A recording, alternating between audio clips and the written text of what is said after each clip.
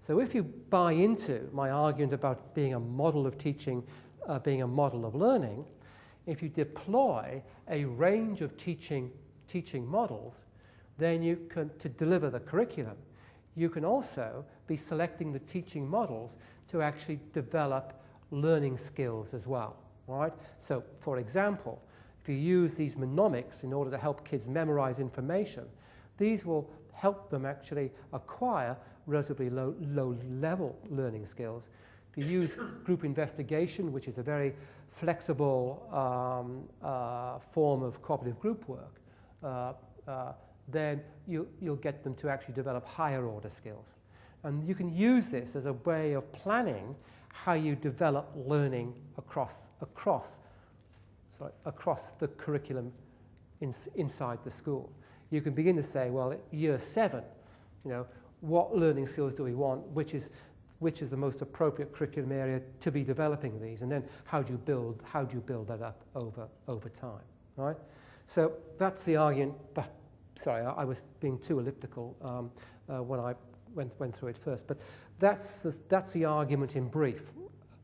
Really, that's how, you know, I would be encouraging us to be using the 5 E's framework, where we're trying to actually put learning at the heart of the pedagogic debate, at the heart of the curricular planning debate inside schools. Now, you know, that's quite a sophisticated approach, but it's one that we could well aspire to, over time.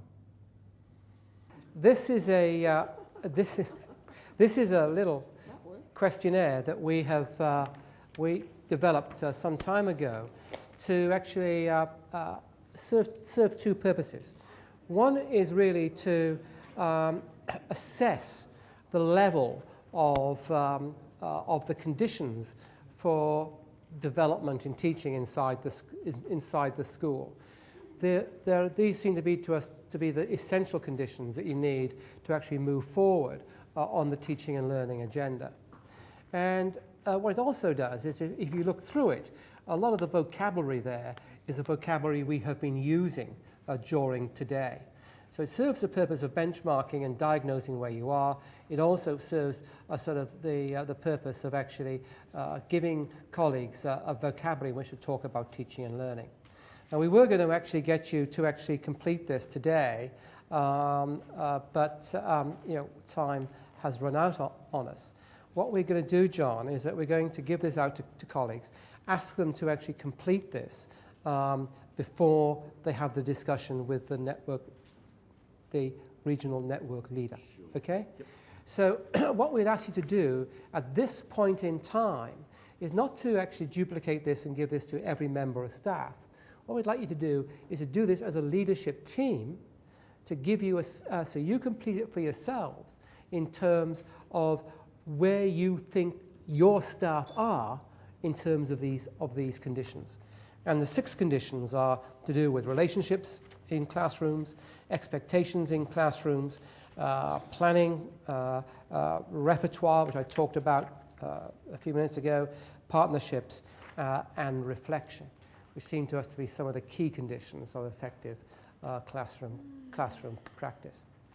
So, Lena, what I was saying is I'm asking colleagues to complete this as leadership teams in preparation for the discussion with the network learning leaders. Yeah? So they've got 2 documents to discuss. It's the SWOT analysis that we worked on this morning. It's this document.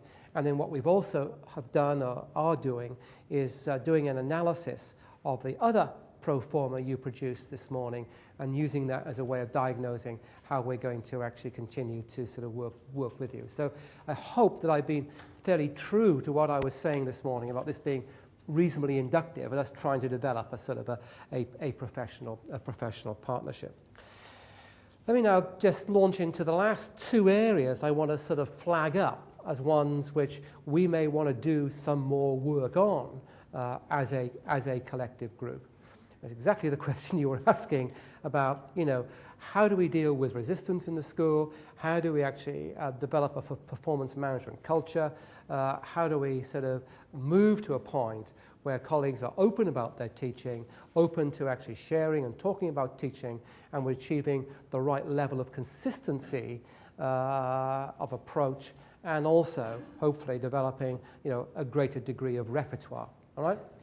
And again, I can't solve all of these problems today, but what I want to do is take you, I've got 4 slides here, and I'm going to sort of take you through a sequence where we're sort of upping the ante each time in terms of the level of sort of challenge that you're placing on your colleagues, really.